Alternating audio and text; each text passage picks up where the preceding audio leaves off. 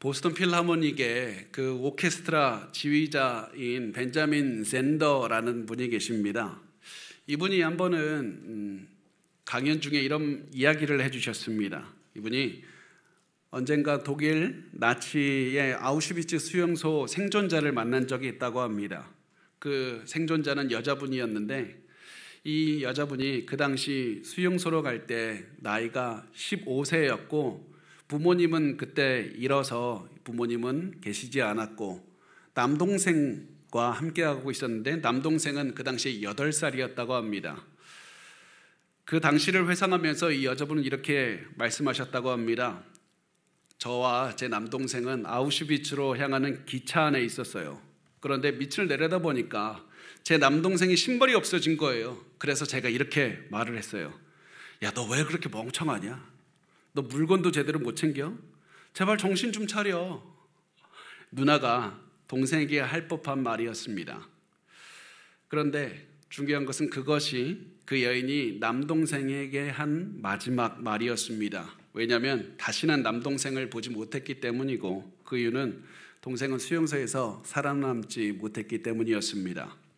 그래서 그 여성이 수용소에서 살아나왔을 때 이렇게 결심했다고 합니다. 저는 아우슈비츠에서 나와서 새 삶을 살기 시작했어요. 그때 저는 맹세했습니다. 내가 하는 모든 말이 마지막이 될 수도 있음을 생각하면서 말을 할 것이다. 사실 저는 오늘 말씀을 준비하면서 설교를 준비하면서 계속해서 이 말이 마음에 떠올랐습니다. 사실은 왜 그러냐면 이것이 제가 강단에 설 때마다 가지고 있는 마음이기 때문에 그렇습니다. 오늘 내가 설교하는 마지막 날일 수 있다. 내 앞에 있는 성도들이 이 내 설교를 듣는 마지막일 수도 있다. 그렇다면 나는 오늘 어떤 주제를 가지고 어떤 내용으로 설교를 해야 될 것인가? 항상 이 마음으로 강단에 섭니다. 지금까지 이런 마음으로 항상 설교를 해왔지만 오늘은 특별히 더 그런 마음으로 절실하게 설교를 준비했습니다. 내가 오늘 마지막으로 설교를 하고 여러분이 제 설교를 마지막으로 듣는다면 나 도대체 무슨 말을 하고 싶은 것인가? 이 질문을 하면서 설교를 준비했습니다. 그리고 그 질문에 대한 제 대답은 너무나도 명확했습니다. 그것은 예수께서 다시 오신다는 겁니다.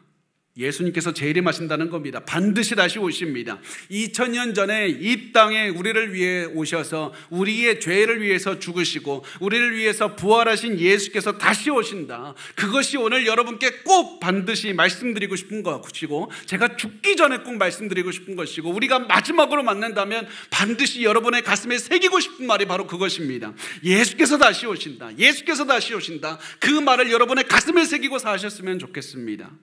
여러분, 제가 왜 이 말을 마지막으로 하고 싶어 하는지 아십니까? 그 이유는 우리의 미래가 이 사실에 달려있기 때문에 그렇고 이 미래에 대한 믿음이 오늘을 살아가는 우리의 삶의 태도를 결정하기 때문에 그렇습니다.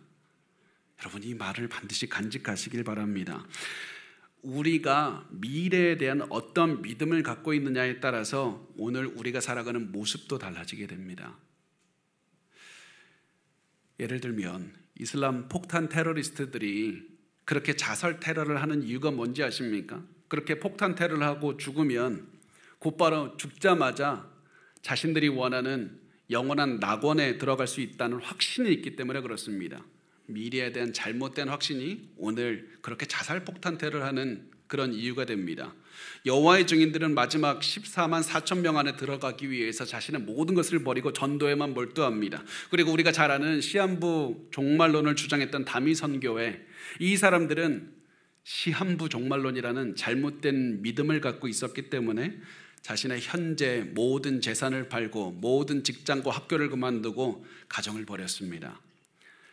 미래에 대한 잘못된 믿음은 오늘날 우리가 현실을 잘못 살게 만드는 겁니다.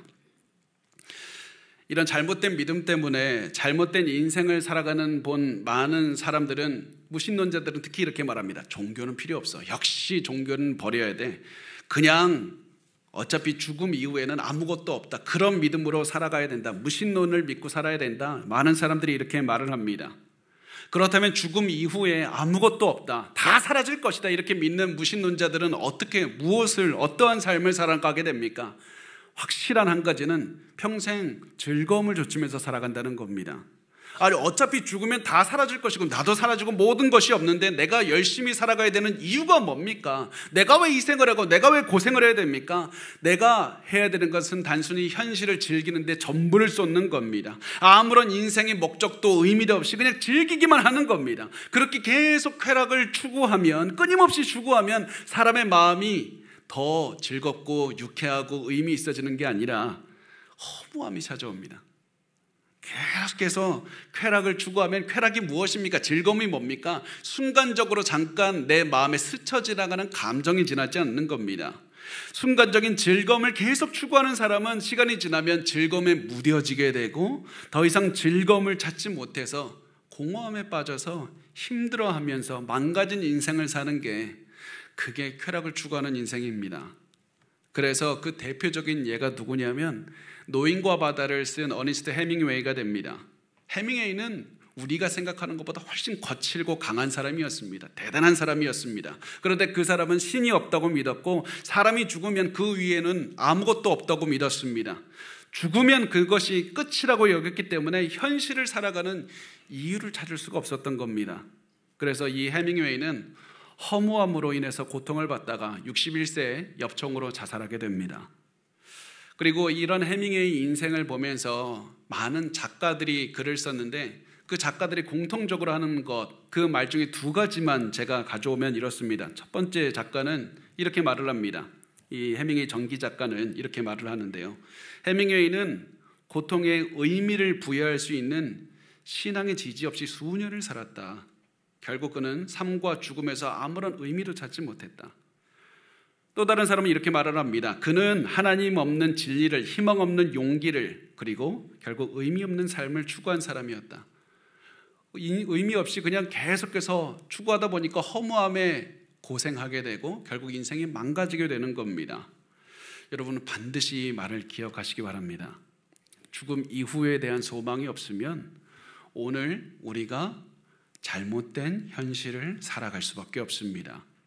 미래에 대한 올바른 믿음이 오늘 우리가 현실을 살아가는데 굉장히 중요한 겁니다. 절실한 겁니다. 그렇다면 우리는 미래에 대한 어떠한 확신을 가져야 됩니까? 그것은 예수 그리스도께서 재림하신다는 확신을 갖는 것이 핵심입니다. 그리스도께서 우리 죄를 위해서 죽으셨을 뿐 아니라 미래에 다시 오신다는 그 믿음을 갖고 살아가는 겁니다. 이 그리스도인들은 이 확신, 미래에 예수가 오신다는 확신이 있기 때문에 오늘 전혀 다른 인생을 살아가게 됩니다. 즐거움이나 단순한 어떤 행복이란 감정을 추구하는 것이 아니라 삶의 의미를 찾아가고 항상 어디든지 최선을 다해서 고난도 담대하게 이기는 인생을 살아가는 겁니다. 그리스도 재림에 대한 소망이 있기 때문에 고난이 가득한 현실 속에서도 용기를 가지고 살 수 있는 것이고 자기 자신을 희생해서라도 기뻐하면서 살 수 있는 겁니다. 그런 이 예는 역사에서 증명을 하고 있는데 그 대표적인 예가 2세기에 있었습니다. 로마에서 전염병이 창궐해서 로마 전역에 전염병이 퍼졌을 때 사람들은 다 로마 밖으로 피신했습니다. 가족도 버리고 도망갔습니다. 그런데 그리스도인들만은 남아서 계속해서 환자들을 돌봤습니다. 왜 그렇습니까? 이들이 이렇게 할 수 있었던 이유는 죽음을 두려워하지 않았기 때문에 현실을 담대하게 살아냈던 겁니다. 왜 죽음을 두려워하지 않습니까? 그리스도의 재림에 대한 확신이 있었기 때문에 죽음도 두려워하지 않았던 겁니다. 여러분, 우리는 겁이 많을 때 내가 담대해져야지, 용기가 있어야지 수도 없이 결심하지만 이 결심 수도 없이 무너질 겁니다. 왜 그렇습니까? 내가 단순히 담대해져야 된다는 그 결심만으로는 아무것도 이룰 수가 없기 때문에 그렇습니다. 우리의 결심은 아무것도 이룰 수가 없는 겁니다. 중요한 건 담대해질 수 있는 방법은 그리스도의 재림에 대한 확신을 가지면 담대하게 살 수 있습니다. 여러분, 고난 때문에 힘들어하십니까? 고난을 극복하는 방법은 그리스도의 재림에 대한 확신을 갖고 살아가는 겁니다. 이 확신이 있으면 오늘을 살아가는 여러분의 삶에 대한 태도가 바뀔 겁니다. 담대하게 이길 겁니다. 여유 있게 살아갈 수 있을 겁니다. 재림에 대한 확신을 가지시기 바랍니다. 여러분, 재림에 대한 확신을 꼭 가지십시오. 오늘 낭비하지 않기 위해서, 고난을 담대하게 이기기 위해서 재림에 대한 확신, 예수께서 다시 오신다는 그 확신으로 여러분의 가슴을 채워야 됩니다. 힘든 현실 안에서 타협하지 않고 담대하게 이겨내기 위해서, 무너지지 않기 위해서, 나를 지키고 우리 가정을 지키기 위해서 그리스도의 재림에 대한 확신을 가지고 그리스도의 재림에 대한 소망을 두어야만 되는 겁니다. 예수님의 재림이 내 인생의 중심이다, 그런 마음으로 살아내셔야만 되는 겁니다. 그런데 너무 안타깝게도 많은 분이 예수님의 재림을 삶의 중심으로 두지 못합니다. 예수님의 재림에 소망을 두지 못합니다. 왜 그렇습니까? 왜 자꾸 예수님의 재림을 봐야 되는데 왜 자꾸 다른 것에 소망을 두고 살아갑니까? 그 이유는 예수님의 재림을 기억할 때마다 잘못된 것에 초점을 두기 때문에 그렇습니다. 예수님의 재림을 기다릴 때 많은 사람들이 이렇게 질문합니다. 예수님이 오시는 날은 언제입니까? 지금 어느 나라에서 어떤 사람이 대통령이 됐는데 그 사람이 적그리스도입니까? 지금 어느 나라에서 전쟁이 일어났는데 그것이 예수님이 오시는 징조입니까? 예수님이 재림하시면 세상이 어떻게 되고 뭐가 어떻게 되고 이런 질문만 하는데 가장 중요한 질문을 하지 않는다는 데 문제가 있는 겁니다. 가장 중요한 것이 무엇입니까? 예수님이 언제 오시느냐, 이것이 아니라 예수님이 오실 때 일어나는 징조가 무엇인가, 이것도 아니라 예수님을 만나면 얼마나 행복하고 얼마나 기쁠까, 예수님을 만나면 내가 얼마나 즐거울까, 그 질문이 중요한 겁니다. 왜냐하면 우리가 예수님이 오시면 우리는 가장 사랑하는 예수님과 영원히 살 수 있기 때문에 그렇습니다. 예수님을 만나면 더 이상 고난도 없고 영원히 잔치하면서 기뻐하며 살 수 있을 것이기 때문에 그렇습니다. 예수님을 만나면 그때 이후로는 그 어떠한 고난도 없이 항상 기뻐하며 영원히 사는 겁니다. 그래서 예수님의 재림을 우리의 소망으로 삼아야 되는 것이고 예수님의 재림을 우리의 삶의 중심으로 삼아야 되는 겁니다. 예수님을 우리가 집중하면서 바라봐야만 됩니다. 어떻게 예수님의 재림을 우리의 삶의 중심으로 삼을 수 있습니까? 매 순간 예수님을 기억하십시오. 매 순간 예수님을 사랑하십시오. 매 순간 예수님과 함께하는 것을 우리의 삶의 중심으로 삼으면 됩니다. 언젠가 예수께서 다시 오신다는 그 마음으로 매일 예수님만 바라보며 살아가는 것, 그것이 예수님의 재림을 기다리는 올바른 자세고 예수님을 우리의 삶의 중심으로 삼는 가장 중요한 자세인 겁니다. 그런데 이때 우리가 반드시 한 가지를 더 기억해야 됩니다. 그것은 예수님께서 생각보다 늦게 올 수 있다는 겁니다. 예수님은 우리가 지금 예수님이 재림을 기다리며 살지만 우리가 죽을 때까지 예수님 다시 오지 않으실 수도 있습니다. 그렇게 예수님에 대한 기다림이 길어지면 처음에는 굳은 마음을 가지고 예수님을 잘 기다려야지 이런 생각을 했지만 서서히 마음이 무뎌지게 되고 불안하게 되고 답답하게 되고 힘들 수 있습니다. 사실 그런 것은 너무 자연스럽고 그것은 데살로니가 교회, 그 바울이 사역하던 시대에 데살로니가 교회에서도 일어났습니다. 데살로니가 교인들은 내가 죽기 전엔 예수님이 오시겠지? 그런 마음으로 살았습니다. 그런 마음이 있으니까 힘든 고난도 버텨낸 겁니다. 너무 살기 팍팍하고 힘들어도 예수님 다시 오실 것이다, 그런 마음이 있었습니다. 그런데 문제는 아무리 기다려도 예수님이 오지 않았습니다. 예수님 가신 지 벌써 20년이나 지났는데 왜 안 오시지? 게다가 더 큰 문제는 성도들이 하나씩 죽어간다는 데 있었습니다. 이 모습을 본 사람들은 너무 두려웠고 혼란스러웠고 답답했습니다. 왜냐하면 예수님이 재림하시기 전에 죽는 성도들은 천국 못 가는 것 아니야? 이런 생각이 있었기 때문에 그렇습니다. 그래서 사람들은 고민합니다. 도대체 언제까지 예수님을 기다려야 됩니까? 예수님 기다리는 거 쓸데없는 짓 하는 거 아닌가? 이러다가 아무도 천국 못 가는 거 아니야? 그렇게 고민을 하면서 있었습니다. 그리고 당연히 이런 고민은 잘못된 고민이었습니다. 잘못된 지식에 기반한 잘못된 생각 때문에 생긴 그런 고민이었습니다. 예수님의 재림에 대해서 잘못 알고 있는 겁니다. 그래서 바울은 이 고민을 수정해 주기 위해서, 이 지식을 알려주기 위해서, 고쳐주기 위해서 이렇게 말을 합니다. 데살로니가전서 4장 13절에 이렇게 말합니다. 같이 읽겠습니다. 시작. 형제들아, 자는 자들에 관하여는 너희가 알지 못함을 우리가 원하지 아니하노니 이는 소망 없는 다른 이와 같이 슬퍼하지 않게 하려 함이라. 아멘. 바울은 성도들에게 소망 없는 사람들처럼 슬퍼하지 마라. 너희 주변에 가족들이 죽고 친구들이 죽고 성도들이 죽는 거 보면서 슬퍼하는 거 맞아. 괜찮아. 당연하게 그렇게 해야 돼. 그러나 너희는 소망 없는 사람들처럼 슬퍼해서는 안 된다. 마치 저 성도들이 이제는 죽었기 때문에 평생 못 볼 것처럼 슬퍼해서는 안 되고, 너에게 다시는 너도 저 사람들처럼 소망 없이 그냥 죽어갈 것처럼 그렇게 슬퍼해서는 안 된다. 왜냐하면 예수님은 살아계시고 예수님은 재림하실 것이기 때문에 그렇다. 예수님은 재림하실 것이다. 이것이 너희의 소망이 되어야 된다. 그렇다면 예수님의 재림이 그리스도인들에게 왜 소망이 됩니까?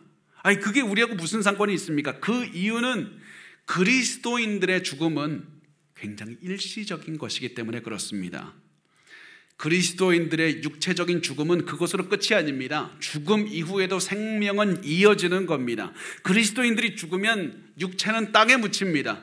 그러나 그 영혼은 즉시 예수님과 함께 있게 됩니다. 그리스도인들이 죽으면 영혼이 잠을 자는 것이 아니라 곧바로 그 영은 예수님과 함께 하면서 부활을 기다리게 되는 겁니다. 그러다가 예수님이 재림하시는 날이 되면 예수님과 함께 기쁨을 누리고 있었던 영혼들은 이제 예수님이 재림하실 때 부활의 육체를 입고 영생하는 겁니다.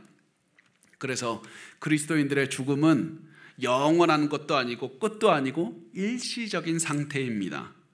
바울은 이 사실을 강조하기 위해서 오늘 본문에서 죽은 성도들을 잠자는 사람의 비유를 하고 있습니다. 죽은 성도들은 잠자는 사람들 같다. 마치 사람이 밤에 잠을 잤다가 아침이 되면 잠에서 깨듯이 그리스도인들도 죽음이라는 잠에서 잠깐 자는 것과 같다.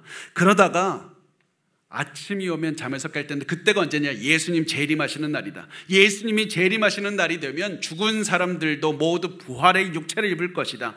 예수 그리스도께서 소망이 되시는 이유, 예수님의 재림이 소망이 되는 이유가 바로 그것인 겁니다. 우리가 죽은 사람들도 다 부활의 육체를 이 예수님과 함께 있다가 예수님의 재림이 되면 부활의 육체를 입는 겁니다.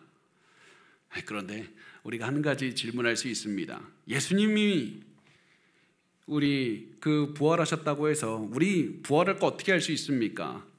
예수님이 재림한다고 해서 우리가 부활할 것을 어떻게 할 수 있습니까? 그 질문에 대해서 우리가 부활하지 않을 수도 있다, 그런 염려를 하는 사람들에게 바울은 이렇게 말을 합니다.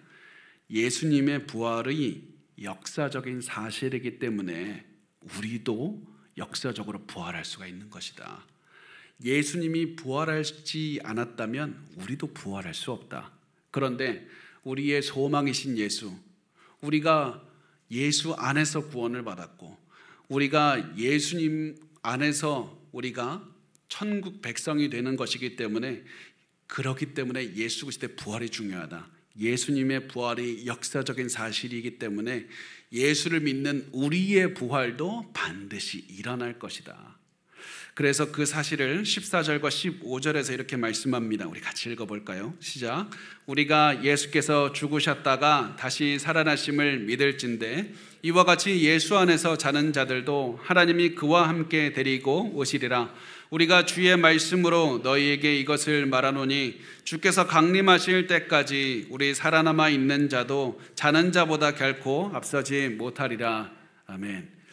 우리가 믿는 예수께서 부활하셨기 때문에 그리스도 안에 있는 우리도 부활하게 될 것이다. 그래서 예수의 부활이 중요한 겁니다. 우리는 예수 안에 있는 사람들이기 때문에 그렇습니다. 예수를 통해서 영생을 얻은 사람들이기 때문에 그렇습니다. 그래서 예수께서 부활하셨기 때문에 우리도 부활하는 겁니다. 그리고 우리가 부활하는 날이 언제입니까? 예수님 재림하시는 날입니다. 이렇게 설명한 다음에 바울은 이제부터 예수님께서 재림하실 때 구체적으로 어떤 일들이 벌어지게 되는지 설명을 하기 시작을 합니다. 예수님께서 재림하실 때 예수님과 함께 있던 영혼들을 함께 데리고 오실 겁니다. 그러니까 이미 죽어서 육체는 땅에 묻히고 예수님과 함께 있던 영혼들을 예수님이 재림하실 때 데리고 오실 것이고, 그때 그 영혼들은 부활의 육체를 입게 됩니다. 너희는 지금 죽은 사람들을 염려하고 있지만 전혀 걱정할 필요가 없다. 그들도 예수님이 재림하실 때 영광스러운 미래를 맞이할 것이다. 그러면서 바울이 우리에게 이야기라는 것은 좋다. 그 사람들 영광스러운 미래들을 맞이하고, 그래서 죽은 자들에 대한 염려도 하고 너희의 미래에 대한 염려, 모든 것을 하는 것은 다 좋다. 그런데 너희가 지금 이런 질문만 하고 있으면 지금 초점을 잘못 맞추고 있는 것이다. 분명히 예수님이 재림하실 때 죽은 사람들이 어떤 모습이 되고 살아있는 사람들이 어떻게 되고 이런 거 다 중요하지만 그것보다 훨씬 더 중요한 것이 있다. 그것은 예수께서 오신다는 사실이고, 그 예수는 너희를 다스리는, 온 세상을 다스리는 왕이라는 사실이다. 영광스러운 왕이 오신다. 여기에 초점을 맞추라. 온 세상을 다스리시는 왕이 이 땅에 오시고, 그날이 되면 예수를 거부했던 모든 사람들도 왕 앞에 무릎을 꿇고 왕께 복종하게 될 것이고, 하나님의 백성들은 모두 왕을 기뻐하면서 살아가게 될 것이다. 이것이 바울이 강조하고 싶은 겁니다. 그 영광스러운 미래를 강조하기 위해서 바울이 쓰는 말이 주께서 강림하신다. 바울은 주께서 강림하신다고 일부러 표현을 하고 있습니다. 여러분, 강림이라는 단어는 굉장히 중요한 단어입니다. 이 그리스어로 파루시아라는 단어를 쓰는데, 이 단어는 왕이 온다, 신이 온다라는 말을 표현할 때 강림 파루시아라고 말했습니다. 우리 그동안은 굉장히 힘들었는데 그리스도인들 세상에서 수많은 고난을 당하다가 죽음을 당하지 않았느냐. 그래서 너희 아무런 소망도 없는 것 같았고 너희를 지켜주는 사람 아무도 없는 것 같았다. 그런데 여전히 왕이신 예수님은 너희를 지켜보고 계셨고, 결국 온 세상을 다스리시는 왕이신 예수, 너희를 다스리시는 예수, 너희를 지켜주시는 왕이신 예수께서 다시 오실 것이고, 그 날이 되면 산 사람이나 죽은 사람이나 모두 예수께 복종하게 될 것이다. 예수 앞에 무릎을 꿇게 될 것이다. 이것이 놀라운 영광스러운 미래인 겁니다. 바울은 성도들이 예수님이 다시 오시는 그날이 얼마나 영광스러운지 알기를 원했습니다. 그날이 얼마나 위대한지 알기를 원했습니다. 그래서 바울은 예수님이 재림하시는 날에 대해서 이렇게 묘사를 하기 시작합니다. 16절에 보면 주께서 호령과 천사장의 소리와 하나님의 나팔 소리로 친히 하늘로부터 강림하시리니 그리스도 안에서 죽은 자들이 먼저 일어나고. 자, 여기에서 여러분 잘 보셔야 됩니다.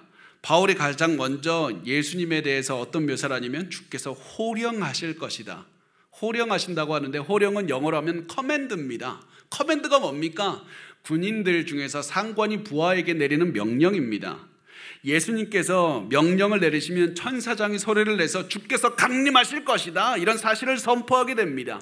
이때 나팔 소리가 울려 퍼지는데, 나팔은 단순히 노래를 연주하는 것이 아니라 전쟁터에서 명령을 전달하는 도구를 의미합니다. 신호도구를 의미합니다. 하나님의 나팔 소리가 울리면 하나님의 모든 백성을 다 불러 모을 것이고 온 세상에는 심판이 시작이 됩니다. 이렇게 해서 예수께서 다시 오실 때 죽은 자들을, 이 영혼들을 데리고 오시고, 예수님과 함께 이 영혼들을 아까 말씀드렸듯이 이미 죽었지만 예수님과 함께 있던 그 사람들, 예수님이 재림하실 때 같이 와서 이들은 불멸의 몸을 입게 됩니다. 그들의 몸이 부활하신 영광스러운 예수 그리스도의 몸과 닮은 그런 몸을 갖게 되는 겁니다. 부활의 몸. 그래서 지금 눈앞에서 여러분 엄청난 장관을 그리고 있는 겁니다. 그리고 이렇게 위대한 왕이 오시면 당연히 왕의 백성들을 왕을 맞으러 가야 되지 않겠습니까? 예수님께서 다시 오실 때 그때 살아있는 예수를 믿는 사람들이 예수를 맞으러 가야 되지 않겠습니까? 그래서 그 모습을 17절에 바울이 이렇게 표현을 합니다. 그 후에 우리 살아남은 자들도 그들과 함께 구름 속으로 끌어올려 공중에서 주를 영접하게 하시리니 그리하여 우리가 항상 주와 함께 있으리라. 그리스도께서 재림하실 때 예수를 믿는 살아있는 사람들은 구름 속으로 들어간다고 하는데요, 구름은 하나님의 임재를 상징하는 겁니다.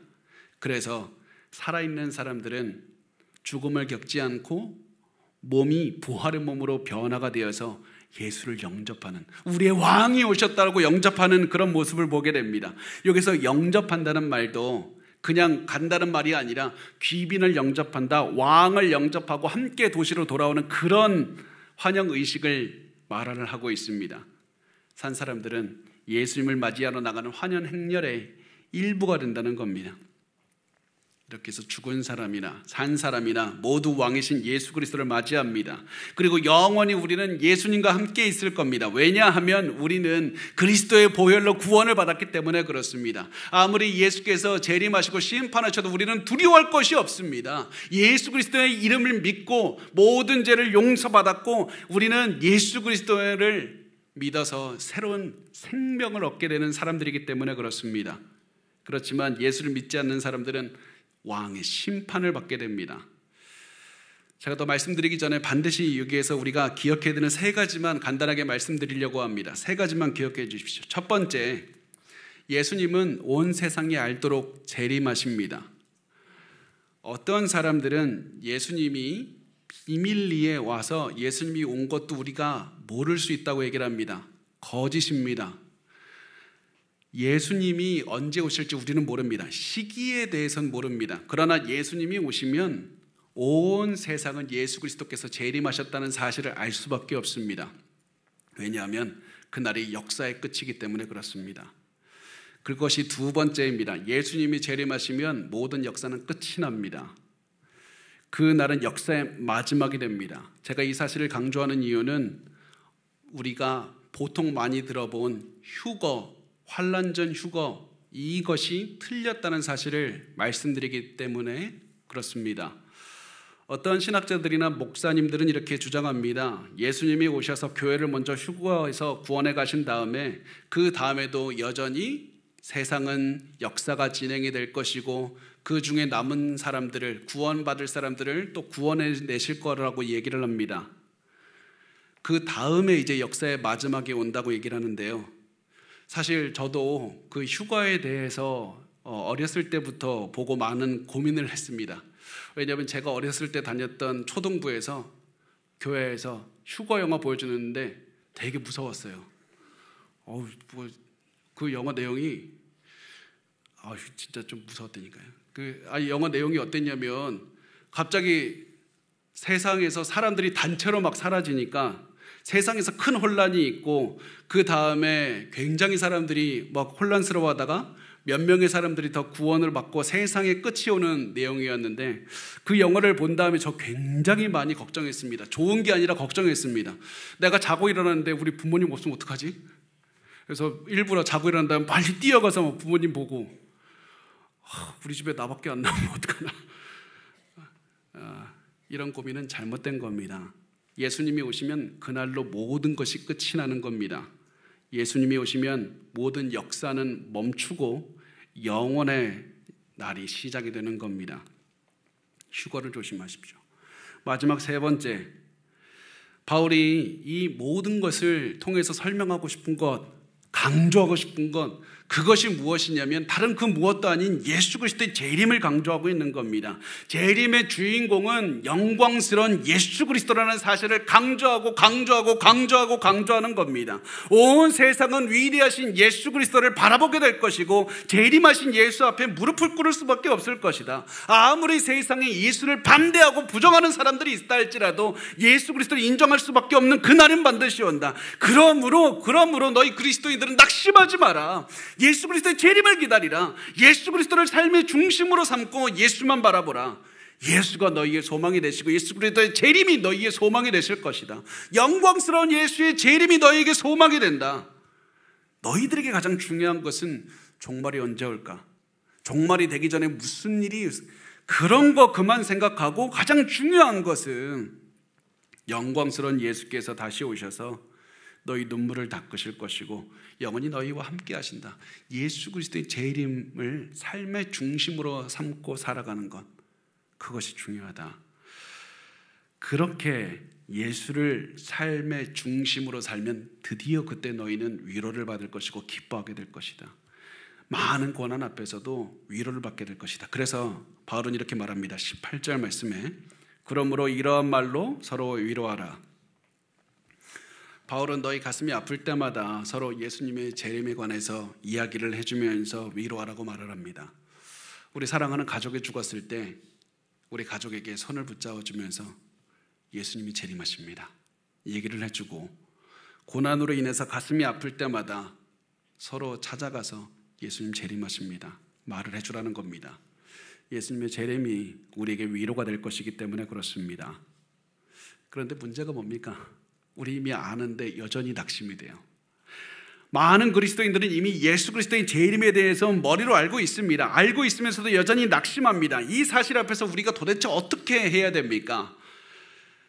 팀 켈러 목사님께서 한 번은 이런 이야기를 해주신 적이 있습니다. 목사님께서 이 담당하던 청소년 중에 이 우울증에 걸린 아이가 있었다고 합니다. 그 아이가 15살 여자아이였는데 그 아이의 부모님이 목사님을 집으로 초대했습니다. 아이가 우울증에 빠져 있으니까 제발 와서 이야기 좀 해달라고 했습니다.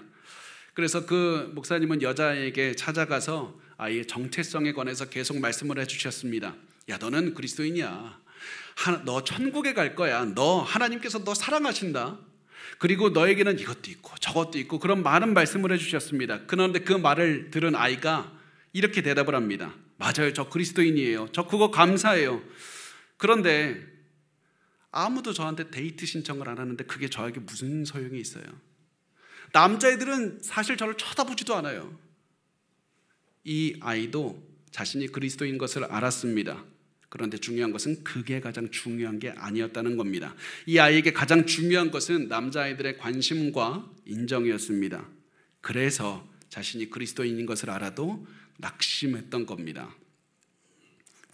우리가 그리스도인이라는 사실을 알고 있고 예수님이 재림하신다는 사실도 알고 있습니다. 그런데 문제는 예수 그리스도의 재림이 우리에게 가장 중요하지 않다는 데 있는 겁니다.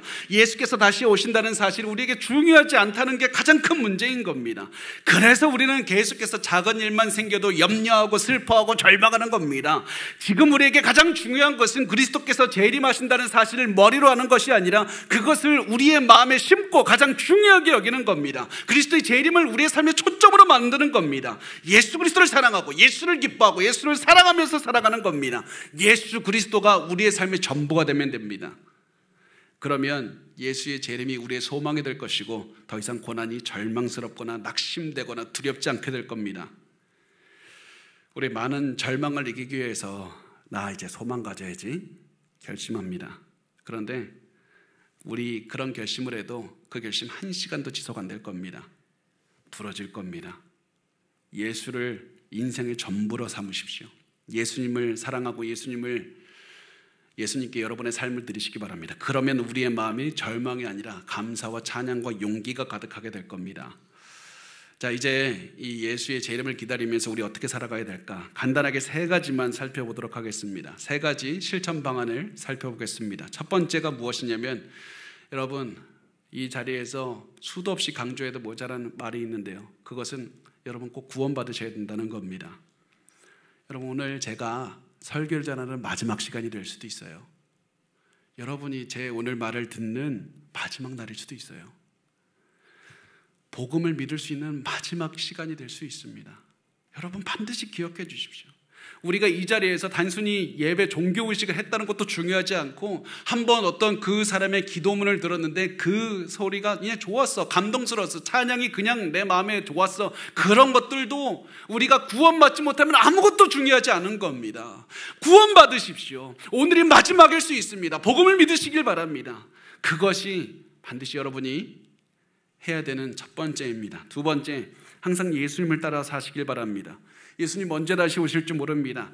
그러므로 깨어서 예수를 기다리셔야 됩니다. 깨어있기 위해서 어떻게 해야 됩니까? 항상 예수를 사랑하고 예수의 말씀을 간직하고 예수님께 기도하면서 삶의 중심을 예수님께 두면 됩니다.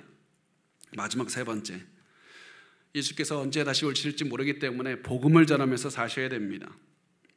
모든 순간, 오늘 예배가 끝나고 내 가족에게 말할 수 있는 마지막 기회가 바로 지금이다라는 마음으로 항상 말씀하시고, 그리고 항상 말할 때마다 최선을 다해서 그들에게 사랑을 전하는 가장 우리가 할 수 있는 최고의 말, 복음을 전하고 예수의 사랑을 전하는 말씀을 해주시기 바랍니다. 그렇게 해서 복음을 전해주시고 그들에게 사랑의 생명의 소망을 넣어주시기 바랍니다. 자, 이렇게 해서 다 말씀 마쳤는데요, 말씀을 마치면서 어떻게 마무리할까 사실 많은 고민을 했는데 아무리 고민해도 이 말밖에 안 떠오르습니다. 그 말이 무엇이냐면, 아멘 주 예수여 오시옵소서. 아멘 주 예수여 오시옵소서. 우리 고난이 올 때마다 답답할 때마다, 절망할 때마다 이렇게 외치시기 바랍니다. 아멘. 주 예수여 오시옵소서. 그러면 언젠가 예수께서 우리에게 다시 오실 것이고 우리에게 영원한 기쁨을 체험해 주실 것이고 우리 영원한 함께 즐거워하며 잔치하며 영원히 살 겁니다. 우리 그날을 기다리며 살아가는 우리 호산나 교회 성도들이 되시기를 바랍니다.